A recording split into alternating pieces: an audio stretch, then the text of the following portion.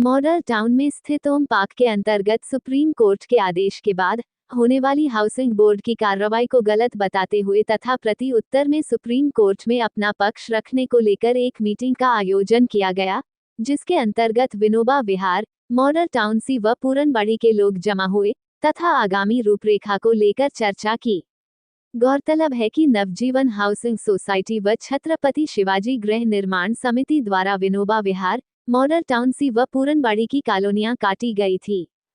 जब 1/10 में 10 कॉलोनी है, जब 11 कॉलोनी ने 1/10 में रख दिया है, तो फिर अपन को वकील साहब को बताना पड़ेगा भाई 11 तो जा चुकी है 1/10 में, फिर और अपन पार्टी नहीं बनेंगे तो नुकसान तो नहीं होगा ना। ये बात कर लेते हैं अपन, कोई दिक्कत नहीं उसमें। हाउसिंग बोर्ड से पहले ये पूछिए कि साहब ये जो कॉलोनी है ये हमारी इस स्तर में आती है कि नहीं आती भाई, हम लोग इस परिस्थिति हो रही है, आप देखिए वो तो देख रहे हैं कि अचानक एक आदेश आता है, आप लोग सुबह उठते हैं और देखते हैं कि 86 कॉलोनी अवैध है, उसमें से आपकी कॉलोनी का नाम भी था, model town C block, Vinoba Vihar और पूरनबाड़ी। अब यहाँ पे मीटिंग आयोजित की जा रही है, क्या मीटिंग में डिसीजन हुआ? सबसे पहले तो मैं मीडिया का इस मामले में मेरी थोड़ी सी मीडिया से नाराज़गी है कि जो हेडिंग उस दिन छपा कि 86 कॉलोनियाँ अवैध, हाई कोर्ट ने ऐसा कोई डिसीजन नहीं दिया। आप हाई कोर्ट की जितनी कॉपी ले ले में, उसमें ऐसा कहीं नहीं लिखा हुआ है। तो मेरा करबद्ध निवेदन है मीडिया से कि हम लोगों को अवैध न बतावे है, जो हमारी कॉलोनी को अवैध घोषित नहीं किया गया है। एक मुद्दा इंडिया अगेंस्ट करप्शन ने उठाया था कि हाउसिंग बोर्ड की जो अवाब ज़मीनें थी उन पे जो कॉलोनियाँ कैसे बस गई। इस संबंध में मैं अपनी 3 कॉलोनियों की जिम्मेदारी के साथ मैं आपको बता देना चाहता हूँ।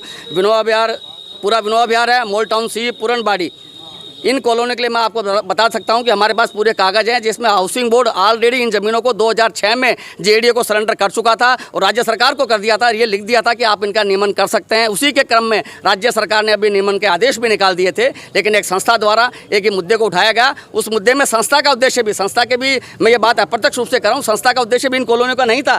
किसी पर्टिकुलर ज़मीन पर अब कब्जा हो रहा था जो खाली पड़ी हुई थी, उस मुद्दे को उठाया गया था। लेकिन जब RTI से जानकारी ली गई तो उनको ये जानकारी मिली कि इतनी सारी ज़मीनों को हाउसिंग बोर्ड को दिया गया था, लेकिन 2006 में 13 कॉलोनियों को हाउसिंग बोर्ड खुद ही वापस राज्य सरकार को दे चुका था और उसी क्रम में राज्य सरकार ने ये नियमन का सीवर लगाने का आदेश दिया था। और उसके बाद में इंडिया अगेंस्ट करप्शन के हाई कोर्ट में जाने के बाद में हाई कोर्ट ने उन कागज़ों के आधार पर डिसीजन दिया था। जब हमारे कागज़ हाई कोर्ट में पहुंचेंगे तो मैं कॉलोनी वासियों को निश्चित करना चाहता हूं कि जरूर चिंतन और चिंता का विषय हो सकता है, लेकिन निश्चित रहें हाई कोर्ट हमारे पक्ष में निर्णय देगा। राज्य सरकार हमारे साथ मजबूती से खड़ी हुई है, राज्य सरकार खुद 10 तारीख को अपना पक्ष रखेगी।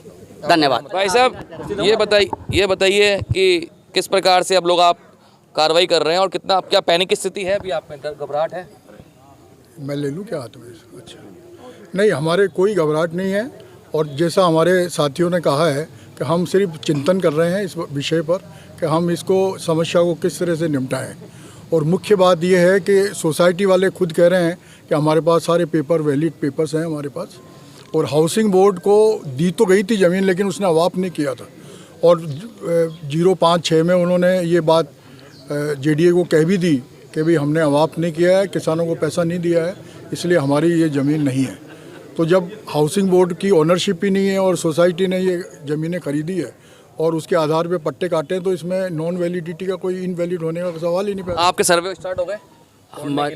नहीं, सर्वे अभी स्टार्ट नहीं हुए और जहाँ तक ये मामला, नोटिस जारी हुआ? नोटिस जारी नहीं हुआ। पता करा आपने कि विनोबा विहार के लिस्ट में नाम है या फिर आपकी कॉलोनी में नाम है? नहीं, हमने अखबार में देखा था। अखबार के अलावा समाचार नहीं, वैलिडिटी नहीं है, लेकिन हमारे पास डॉक्यूमेंट इस तरह से है। हाउसिंग बोर्ड ने विनोबा विहार के लिए NOC डिसीजन कॉपी आई आप लोगों के पास? डिसीजन की कॉपी कुछ नहीं आई हमारे पास। सरकार की तरफ से या न्यायालय की तरफ से कोई पेपर हमें रिसीव नहीं हुआ है। तो अभी जो मीटिंग कर रहे हैं आप इस उद्देश्य में कर रहे हैं कि बुरा ना हो जाए भविष्य में? हम इसलिए कर रहे हैं कि जो हमें अखबार से मालूम पड़ा है कि हम इलीगल नहीं है। हमने जो अभी ज़मीन खरीदी है, खरीद के लिए है, रजिस्ट्री से की है या हमने सोसाइटी से ली है, इसमें हमारा यही है कि इलीगल ना कहा जाए। हमारे पास सारे पेपर है, हम कोई चिंता में नहीं है। राज्य सरकार हमारे साथ है और माननीय कोर्ट हमारा पक्ष जरूर सुनेगी। और ये जो भी जिसने भी ये संस्था ने किया है उससे हमें कोई नुकसान नहीं पहुंचेगा। जिस समय गृह निर्माण सहकारी समितियां अस्तित्व में थी और जिनके पट्टे वैलिड हुआ करते थे, उस जमाने से मतलब 30-30, 40-40 साल पुराने यहाँ पर कब से रह रहे हैं आप? मेरे को रहते हुए 30 साल हो गए। कौन सोसाइटी थी आपकी? नवजीवन गृह निर्माण सहकारी समिति। अभी वर्तमान में है? हाँ बिल्कुल है। और वो कह रहे हैं कि साहब हमारे पास पूरे वैलिड पेपर्स हैं, हमने काश्तकारों को पैसा दे करके ये ज़मीन ली है। जो नवजीवन गृह निर्माण सहकारी समिति ने विनोबा विहार की जो पट्टे काटे हैं, उनके पास पूरे वैलिड पेपर्स हैं।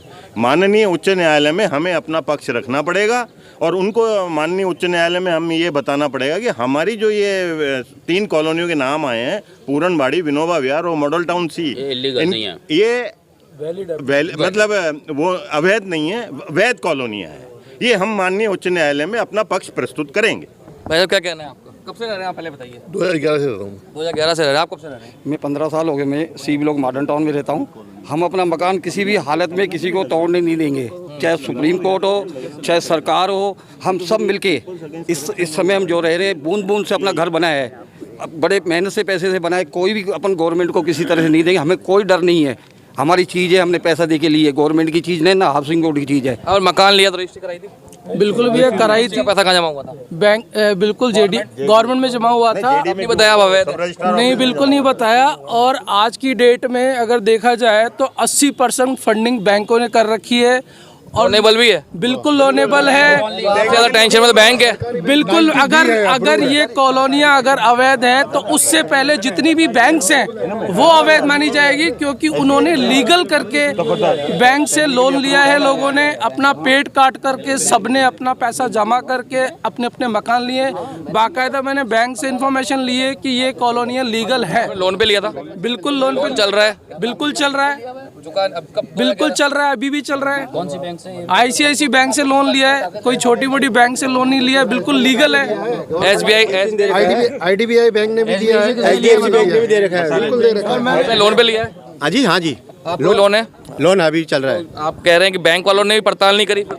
हाँ, नहीं किया वो हमने करके ही दिया है, हमारे को कंप्लीट दिया है। वो मालूम 90 पे लोन सर, देता है। बैंक पड़ताल करके ही ऋण देता है। आपका वैध होने का प्रमाण तो वही हो गया कि बैंक अन्यथा बैंक ऋण नहीं देता है सर। अब अवैध प्रॉपर्टी पे बैंक लोन कैसे देंगे? जब बैंक ने सारे पेपर देखे हैं, प्रॉपर तरीके से चेक किया, तभी तो लोन दिया है ना हमको। ऐसे नहीं देने वाला ऐसे कोई भी बैंक। हाउसिंग सोसाइटी के पट्टे पर SBI ने लोन दिया है। सर मैंने खुद ने आपने लिया? PNB भी सरकारी बैंक है। PNB से लिया सर, मुझे 15 साल हो गए और लोन तो खत्म कर दिया मैंने, लेकिन मतलब PNB ने पूरी कार्रवाई की थी। पूरी कार्रवाई के बाद मुझे लोन दिया।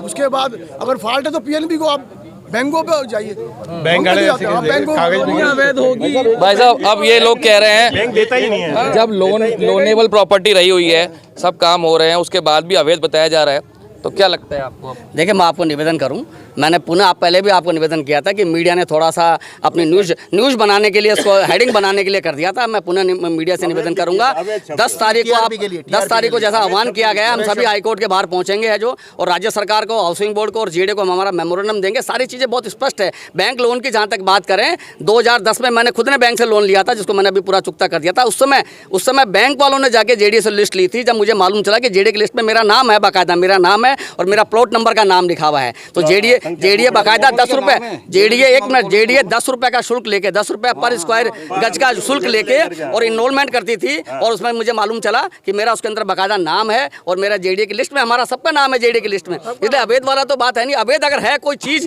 तो राज्य सरकार का निर्णय, यानी राज्य सरकार भी नहीं, JD और हाउसिंग बोर्ड ने अगर कोई काम अवैध किया है तो वो हाउसिंग बोर्ड और JD ने किया है, जनता ने और सोसाइटी ने नहीं किया है। सोसाइटी ने कल भी हमको दावे के साथ में कहा है कि हमारे पास पूरे कागज अवेलेबल हैं, जो कि एक नियमित कॉलोनी के लिए होने चाहिए। इसलिए इसको अवैध न बताएं। मीडिया से मेरा आपके मार्फत निवेदन है कि मीडिया प्लीज़ अपने हेडिंग में इसको अवैध बनाना बंद कर दे, अवैध बोलना बंद कर दे। धन्यवाद।